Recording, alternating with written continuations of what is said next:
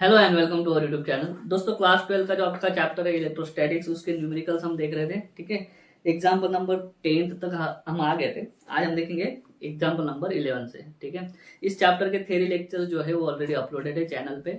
मैं इस चैप्टर का प्लेलिस्ट का लिंक जो है ना वो डिस्क्रिप्शन में दे दूंगा। ठीक है, तो आज हम स्टार्ट करते हैं क्वेश्चन नंबर 11 से। मैं पढ़ता हूँ, आपके स्क्रीन पे है। और charge 6 microcoulomb is placed at the origin and another charge -5 microcoulomb is placed on the y-axis at a position a in bracket 0,6 metre. ठीक है, और उन्होंने दे भी दिया है अपने को जो अरेंजमेंट है। दो चीजें कैलकुलेट करनी है। Calculate the total electric potential at point P whose coordinates are 8.0 और 0 मीटर, मतलब एक्स एक्सिस पे है। ठीक है, बी दे के रखा है calculate the work done to bring a proton from infinity to the point P, what is the significance of the sign of the work done. ठीक है, साइन क्या आएगा वो भी देखना है। तो चलिए अरेंजमेंट लिख लेते हैं। क्वेश्चन नंबर 11 है ये अरेंजमेंट दे के रखा है। ठीक है, ये है ओरिजिन। ओरिजिन मतलब जहां पे एक्स और वाई एक्सिस एक दूसरे को मिलते हैं, उसका कोऑर्डिनेट होता है 0.0,0। ठीक है, अभी ए पॉइंट पे उन्होंने बोल के रखा है कितना चार्ज है, -5 माइक्रोकुलम, -5 माइक्रोकुलम। ठीक है, और पी पॉइंट जो है वो एक्स एक्सिस पे है, और पी पॉइंट के कोऑर्डिनेट्स भी देके रखे हैं उन्होंने। क्या है, किधर है, उस कोऑर्डिनेट्स आर 8.00, 8.00 मतलब 80। ठीक है, मीटर। तो calculate the total electric potential. और हाँ, क्या है, 6 microcoulomb is placed at the origin. तो ये ओरिजिन पे कौन सा चार्ज रखा हुआ है, 6 माइक्रोकुलम। ओरिजिन का कोऑर्डिनेट होता है 0,0। तो पी पॉइंट पे जो इलेक्ट्रिक पोटेंशियल है वो हमको निकालना है। ठीक है, तो सबसे पहले क्या है, इलेक्ट्रिक पोटेंशियल का फॉर्मूला पता होना चाहिए। इलेक्ट्रिक पोटेंशियल को डिनोट करते हैं वी से। फॉर्मूला है Q अपॉन 4πε0r। इसको समझ लो ढंग से। Q मतलब जिस चार्ज का पोटेंशियल या फिर जिस चार्ज की वजह से पोटेंशियल। ठीक है, तो वो चार्ज। ठीक, और R क्या है, जिस पॉइंट पे हमको पोटेंशियल निकालना है उस पॉइंट का डिस्टेंस। मान लो Q चार्ज है। Q चार्ज क्या बनाता है, अपने आसपास इलेक्ट्रिक फील्ड बनाता है, और इस इलेक्ट्रिक फील्ड के अंदर मान लो एक पॉइंट है P। इस पॉइंट पे हमको पोटेंशियल निकालना है। इसका मतलब क्या होगा, इस चार्ज ने इस पॉइंट पे कितना पोटेंशियल बनाया, तो उस पॉइंट का इस चार्ज से डिस्टेंस होता है वो होता है R। ठीक है, तो यहाँ पे दो चार्जेस है तो दो अलग अलग पोटेंशियल बनेंगे, और दोनों पोटेंशियल जो है स्केलर क्वांटिटी है, दोनों की एडिशन होगी। ठीक है, लेकिन एक है माइनस, एक है प्लस। ठीक है, तो साइन भी मैटर करता है। बट एक चीज है यहाँ पे जो हमको नहीं पता। क्या, ये तो पता है ये 6 माइक्रोकुलम से ये वाला जो डिस्टेंस है ये कितना है, ये है 8 मीटर। ये क्या है, 8 मीटर। कैसे, ये ओरिजिन से ये पॉइंट का कोऑर्डिनेट। लेकिन यहां से इस पॉइंट पी का डिस्टेंस कितना है, ये डिस्टेंस है इतना। लेकिन ये इतना डिस्टेंस तो हमको पता नहीं, वो पहले निकालना पड़ेगा क्योंकि आर जरूरी है। ठीक है, तो देयरफॉर इसको मान लेते हैं कितना, एक्स। ठीक है, यहां पे क्या करेंगे, बाय कौन सा theorem sir, Pythagoras, by Pythagoras theorem. क्या है, डायगोनल या फिर हाइपोटेन्यूज का स्क्वायर, मतलब एक्स का स्क्वायर इज इक्वल टू इतने का स्क्वायर प्लस इतने का स्क्वायर। ठीक है, तो ये हो गया 8 का स्क्वायर प्लस, अभी ये क्या है, ए पॉइंट का भी दिया होगा। ठीक है, कितना है, 6.0, इसका कोऑर्डिनेट देके रखा है 0, 6.0 मतलब 6। तो ये डिस्टेंस कितना है, ये डिस्टेंस है 6। ठीक है, तो 8 square plus 6 square is equal to x square. तो एक्स स्क्वायर इक्वल टू इतना हो गया, ये 64 प्लस ये 36 इज इक्वल टू 100। ये आ गया एक्स स्क्वायर, तो एक्स कितना आ गया 10। ठीक है, एक्स निकालने की जरूरत क्यों पड़ी, एक्स निकालने की जरूरत इसलिए पड़ी क्योंकि आर चाहिए। इस चार्ज से इस पॉइंट का डिस्टेंस पता है, लेकिन इस चार्ज से इस पॉइंट का डिस्टेंस नहीं था पता। ये डिस्टेंस इसलिए देके रखा है ताकि हम ये निकाल सके, तो मिल गया एक्स। ठीक है, अभी क्या करेंगे, total potential electric potential at point P is equal to V1 plus V2। V1 मान लो इस पॉइंट की वजह से। ठीक है, तो लिखेंगे Q1 अपॉन 4πε0 R1, ये डिस्टेंस है R1, ये डिस्टेंस को मान लेता हूं मैं R2। ठीक है, प्लस Q2 अपॉन 4πε0 R2, ठीक है, तो देखो यहां से कॉमन निकाल लो, 1/4πε0 Q1/R1 प्लस Q2/R2, इसकी वैल्यू होती है 9 × 10⁹ Q1 देखा है 6 माइक्रोकूलम तो 10⁻⁻⁶, R1 है 8 प्लस Q2 है -5, तो याद आएगा -5 डिवाइडेड बाय R2 कितना है, R2 है 10। चलो सॉल्व करो, इज इक्वल टू 9 × 10⁹,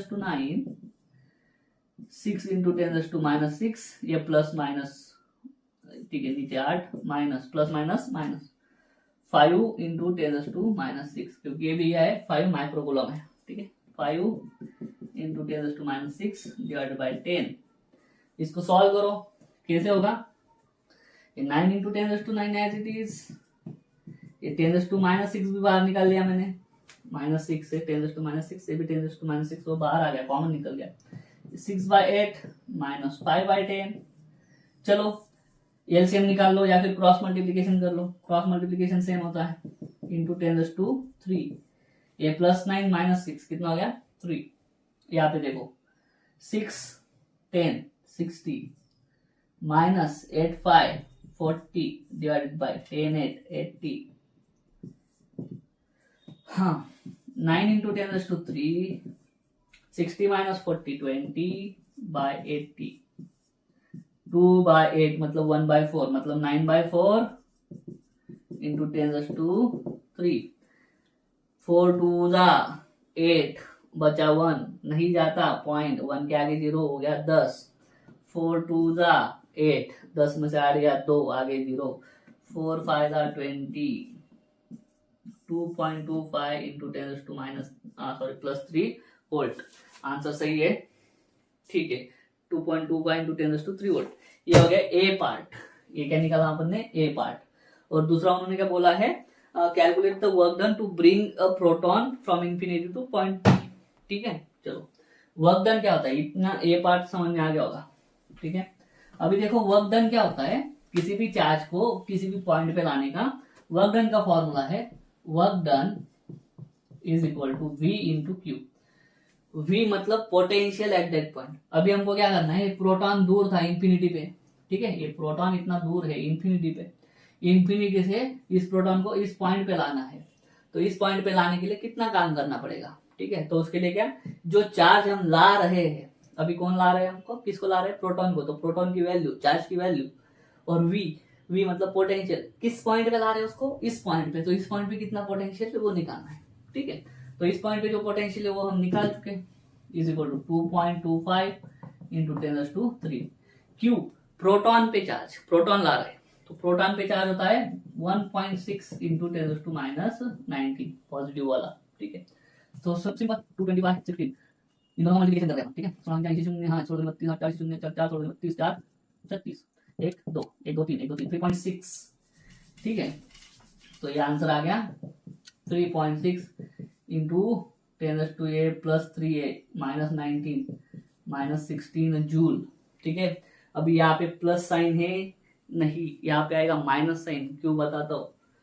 देखो प्रोटॉन जब इंफिनिटी पे था, ठीक है, प्रोटॉन जब इंफिनिटी पे था, तो वोल्टेज एट इंफिनिटी क्या होता है, पोटेंशियल एट इंफिनिटी, ये 4πε0 r, ठीक है, ये r की वैल्यू है इंफिनिटी, तो v एट द इंफिनिटी कितना है 0, ठीक है। इंफिनिटी पे पोटेंशियल कितना है 0, और उसको हम ला रहे हैं जहां पे पोटेंशियल 0 है, वहां से हम यहाँ पे ला रहे हैं, यहाँ पे पोटेंशियल 0 नहीं, यहाँ पे पोटेंशियल बहुत ज्यादा है, ये इतना है 2.25 × 10⁻3। मतलब हम प्रोटॉन को कहां से कहां तक मूव कर रहे हैं, we are moving proton from the point of lower potential to higher potential, lower potential to higher potential ला रहे हम।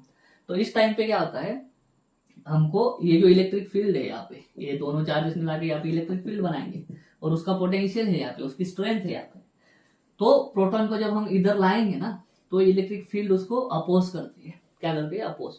तो हमको इस अपोजिंग फोर्स के अगेंस्ट काम करना पड़ता है। यहाँ पे कुछ नहीं था, यहाँ पे देखो इलेक्ट्रिक फील्ड यहाँ तक ही है, तो यहाँ पे जब प्रोटॉन था, यहाँ पे था, यहाँ पे था, कोई काम नहीं करना पड़ा हमको, क्योंकि यहाँ पे कुछ भी अपोजिंग फोर्स नहीं था। जैसे ही वो इलेक्ट्रिक फील्ड के अंदर घुसा, यहाँ से उसको अपोजिंग फोर्स लगना स्टार्ट हो जाएगा। तो वर्क डन हमको क्या करना पड़ेगा, we have to do work against the conservative force. इसका जो इलेक्ट्रिक फील्ड, जो फील्ड फोर्स होते हैं ना, वो होते हैं कंजर्वेटिव फोर्स। तो इस पॉइंट पे लाने के लिए ये दोनों चार्ज ने मिला के, ठीक है, ये चार्ज और ये चार्ज, इन दोनों चार्ज ने मिला के जो भी इलेक्ट्रिक फील्ड बनाई है, वो इलेक्ट्रिक फील्ड इस प्रोटॉन पे क्या लगाएंगे, फोर्स लगाएंगे। तो उसके अगेंस्ट हमको काम करना पड़ता है। और जब भी वर्ड आया अगेंस्ट, तब साइन होता है माइनस। तब साइन क्या होता है, minus.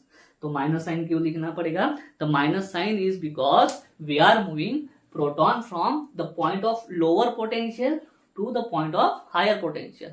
This means we need to do work against the field force, electric field force, or against the conservative force, hence the sign is minus। ठीक है, उम्मीद करता हूँ समझ में आ गया होगा। अभी लेते हैं नेक्स्ट। अगर समझ में आया है तो चैनल को सब्सक्राइब करो, वीडियो को लाइक करो, कमेंट करो। ठीक है, क्वेश्चन नंबर 12 लेते हैं।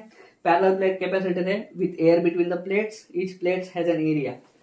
पैरेलल प्लेट कैपेसिटर पे है, दोनों प्लेट का एरिया कितना है, 6 × 10⁻³ metre square, 6 × 10⁻³ metre square. And the separation between the plate, मतलब दोनों प्लेट के बीच का डिस्टेंस 2 mm, मतलब 2 × 10⁻³ मीटर। ठीक है, पहला कैलकुलेट द कैपेसिटेंस। पहली चीज निकालनी है कैपेसिटेंस। दूसरी चीज क्या निकालनी है, इफ 100 वोल्ट सप्लाई, वोल्टेज देके रखा है 100 वोल्ट। ठीक है, तो क्या निकालना है, charge, what would be the charge. तो दूसरी चीज निकालनी है चार्ज। तीसरी, how would the charge of the plates be affected if 2 mm thick mica sheet of K is equal to 6।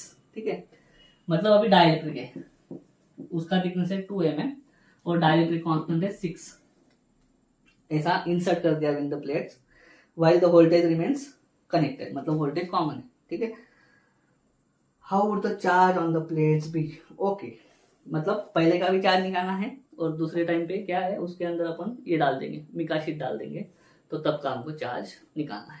ठीक है, बहुत सिंपल है। चलिए स्टेप बाय स्टेप जाते हैं।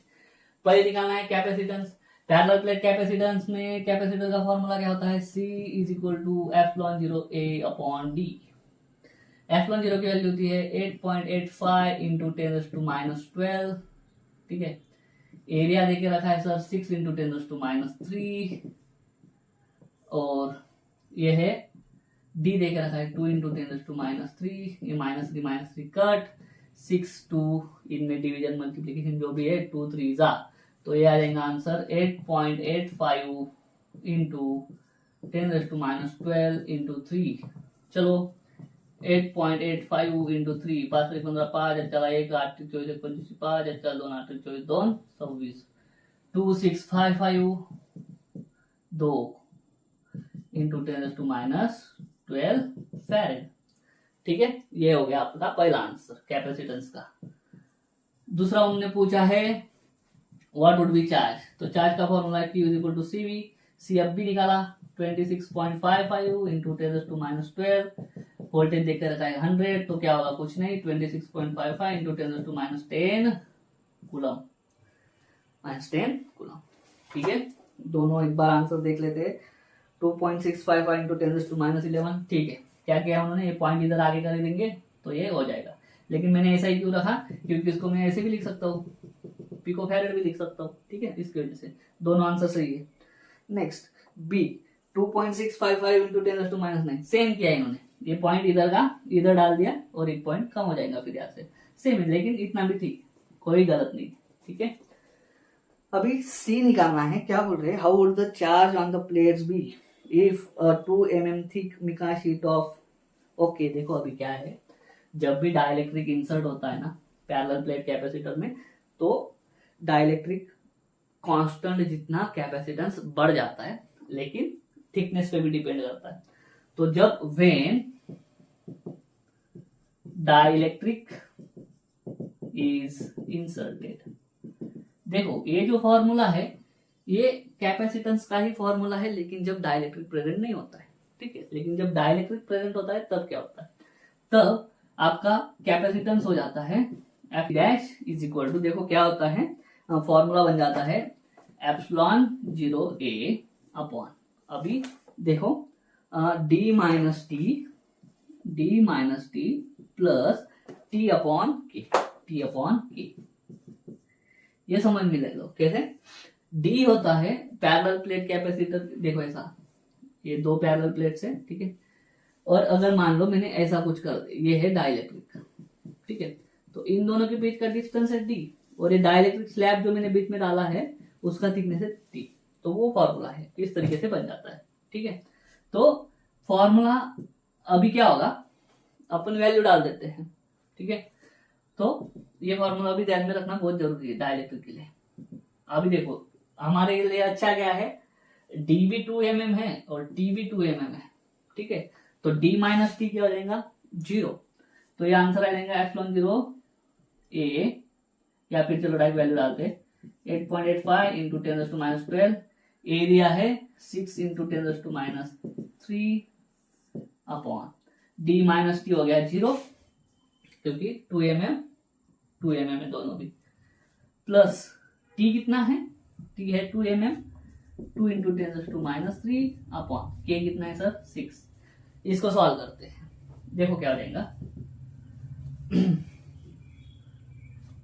8.85 इंटू 6 किया हुआ है क्या कभी, नहीं। अभी एक काम करते हैं, फिर रुक जाओ, ये हो जाएगा फिर इस तरीके से, एक स्टेप निकाल दी, ये 6 इधर डिवाइड को है, ऊपर जाके क्या हो जाएगा मल्टीप्लाई को, और ये 2 से 6 को डिवाइड, देखो 8.85 इंटू 10⁻, अभी देखो मैं क्या करता हूँ, ये 10⁻3 कट, 10⁻12 इंटू 6 डिवाइडेड बाई 2। ये स्टेप समझ में आना बहुत जरूरी है। 10⁻3 कट, ये एज इट इज, ये भी एज इट इज, ये 6 डिवाइड था, ऊपर जाके ऊपर चला गया हो, ठीक है, और ये नीचे 2 बचा खाली। तो इससे क्या होगा 2 3 था, ठीक है। तो उससे देखो क्या होगा 8.85 इंटू 10⁻12 इंटू 3 इंटू 6, ठीक है। देखो उससे क्या होगा, मैंने ऑलरेडी 8.85 इंटू 3 निकाल के रखा है, 8.85 इंटू 3 निकाल के रखा है, कितना आता था 26.55। तो 26.55 इंटू 6 इंटू 10⁻12, तो ये भी करना जरूरी है। 2655 6 7 शून्य 3 9 7 3 3 3 7 3 3 3 12 15, ठीक है 26.55। तो 1 2 sorry 159.3 is equal to 159.3 into 10⁻12। ये आ गया नया कैपेसिटेंस। हमको निकालना है नया चार्ज, हमको निकालना है नया चार्ज। तो वापस से वही नया चार्ज क्या हो जाएगा, नया चार्ज हो जाएगा Q dash is equal to C dash into B. उधर उन्होंने लिखा है कि क्या दी वोल्टेज रिमेन्स कनेक्टेड, ऐसा लिखा है, मतलब वोल्टेज हमने हटाया नहीं। तो 159.3 इंटू 10⁻12 इंटू 100, 159.3 इंटू 10⁻10, कैसे, ये 10⁻2 है, ये 10⁻12 है, ठीक है, -12 में से +2 गया, ठीक है, -10 आ गया फिर। तो इसी को मैं अच्छे से लिख लूँ 15.93 इंटू 10⁻9 कूलम। सही है आंसर 15.93 इंटू 10⁻9 कूलम। तो इस तरह से हमने निकाला। जैसे ही डाइलेक्ट्रिक डलता है ना, तो कैपेसिटेंस चेंज होता है, और कैपेसिटेंस चेंज होगा तो फिर चार्ज की वैल्यू भी चेंज होगी। इस तरीके से हमने पहला कैपेसिटेंस निकाला, उसके बाद में पहला चार्ज निकाला, उसके बाद में डाइलेक्ट्रिक की वजह से कैपेसिटेंस में जो चेंज हुआ वो निकाल लिया, ठीक है, ये वाला, ठीक है, और उसके बाद में नया चार्ज निकाला। उम्मीद करता हूँ समझ में आ गया होगा। अगर ऐसा है तो वीडियो को लाइक करो, वीडियो को शेयर करो, चैनल को सब्सक्राइब कर देना। अभी लास्ट वन देखते हैं क्या है, find the equivalent capacitance between P and Q। ये P है, एक Q है, ठीक है। Given area of each plate A, हर एक प्लेट का एरिया A है, और दूसरा the separation between the plate is D, मतलब ये पूरा डिस्टेंस क्या है D, ठीक है, और बीच में डाइलेक्ट्रिक घुसेड़ा हुआ है उन्होंने, ठीक है। तो पहले अरेंजमेंट के लिए निकालो, बाद में दूसरी भी अरेंजमेंट दी है उसके लिए निकालो।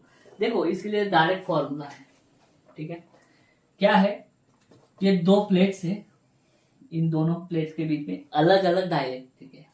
पहला डाइलेक्ट्रिक इतना है, दूसरा डाइलेक्ट्रिक इतना है, और तीसरा डाइलेक्ट्रिक इतना है। तीनों डाइलेक्ट्रिक का डाइलेक्ट्रिक कांस्टेंट अलग अलग है, और उन्होंने क्या किया है, जो पूरा D है, D में से 1/3 पार्ट एक डाइलेक्ट्रिक, अनदर 1/3 पार्ट दूसरा डाइलेक्ट्रिक, अनदर 1/3 पार्ट तीसरा डाइलेक्ट्रिक। इसके लिए हमारे पास डायरेक्ट फॉर्मूला है। अगर आप जाओगे पेज नंबर 208 पे, तो वहां पे उन्होंने फॉर्मूला रख के रखा है, तो हम डायरेक्ट वो वाला फॉर्मूला यूज करेंगे। ठीक है, C is equal to epsilon 0a, इस तरीके के अरेंजमेंट, ए सीरीज बोलते हैं इसको। ये आ जाएगा T1 upon K1 plus T2 upon K2 plus T3 upon K3। तीन ही है ना, तो बस तीन तक ही। ठीक है, तो डायरेक्ट वैल्यू डाल दो, क्या हो जाएगा, C is equal to epsilon 0a, T1 कितना है D/3, K1 कितना है 1 प्लस T2 कितना है D/3, ये कितना है 3 प्लस T3 कितना है, मतलब थिकनेस कितना है D/3 और ये 6। C is equal to epsilon 0a, ये देखो क्या हो जाएगा D/3 upon 1 D/3 plus D/3 upon 3 D/9 plus D/3 upon 6 D/18। ठीक है, चलो एप्सिलॉन 0a, इसका नीचे एलसीएम ले लेते हैं, कितना 18, तो 3 है, 3 का 18 किया तो कितने से 6 है, तो ये 6D, ऊपर भी 9 का 18 किया तो 2, नीचे 2 से तो ऊपर भी 2D प्लस D। चलो सॉल्व करो, epsilon 0a upon 7 2 8 1 9D upon 18। ठीक है, इज इक्वल टू 9 और 2, चलो 18 ऊपर चल जाएगा, 18 epsilon 0a upon 9D is equal to 2 epsilon 0a upon D। ये हो गया इक्विवेलेंट कैपेसिटेंस, खत्म चीज।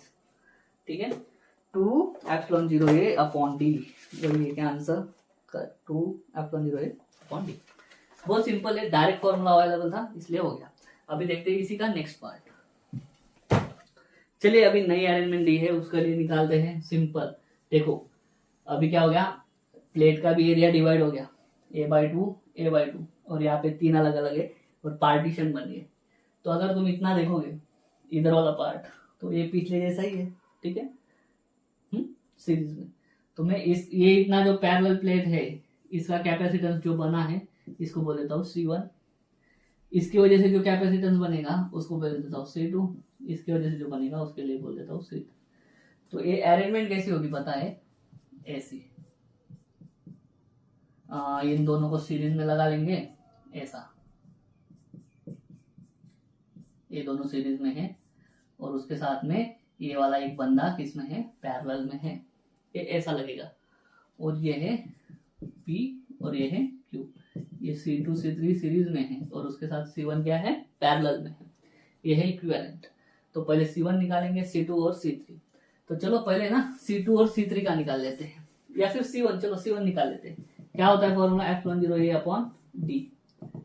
C1 एप्सिलॉन 0 a कितना है अभी, ये हो गया देखो A/2, और D हो गया है वही है, D है, इसके लिए D कितना है, यही है। ठीक है, ये वाला।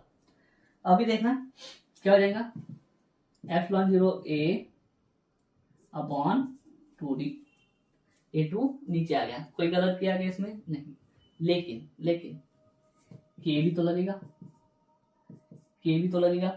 ठीक है, तो ये हो जाएगा K कितना है 4 एप्सिलॉन 0a अपॉन 2D, इसका आंसर हो जाएगा 2 एप्सिलॉन 0a अपॉन D। तो C1 लिख लेता हूं मैं यहाँ पे 2 एप्सिलॉन 0a अपॉन D, ये लगेगा आगे। अभी चलो C2 और C3 निकालते हैं। C2 epsilon 0 K epsilon 0a upon D, K भूल जाता हूं ना मैं, तो K कितना है 3 एप्सिलॉन 0a, अभी देखो A नहीं है, क्या है A/2 है, A/2, और D भी क्या है D/2, तो ये आ जाएगा 3 एप्सिलॉन 0a अपॉन D। कैसे, A/2, इधर का बाय टू कट हो गया, 3 एप्सिलॉन 0a अपॉन D, इतना हो गया। ठीक है, C3 निकालते हैं, simple, K epsilon 0a upon D 6 into epsilon 0 A/2 D/2, by two cut 6 epsilon 0a upon D, नीचे का दिखा है आपको सही। ठीक है, तो यहां से अभी देखो C2 and C3 in series, किसमें वो दोनों सर, सीरीज में, तो CS दोनों का सीरीज इक्विवेलेंट कितना आ गया, simple C2 C3 upon C2 plus C3, इन दोनों का मल्टीप्लीकेशन करो, 3ε0A 3ε0A upon D into 6ε0A upon D divided by 3ε0A upon D plus 6ε0A upon D। देखो इससे क्या होगा, 6 3 18 और ये दोनों एज इट इज रखता हूं मैं, ठीक है, ε0A upon D into ε0A upon D। नीचे क्या होगा, 3x प्लस 6x दोनों सेम सेम है, ठीक है, कॉमन निकालेंगे तो 3x plus 6x 9x 9ε0A upon D। तो क्या होगा, एक कट ये 18 और 9 में डिवीजन होगा, क्या बचाएगा 2ε0A अपॉन D।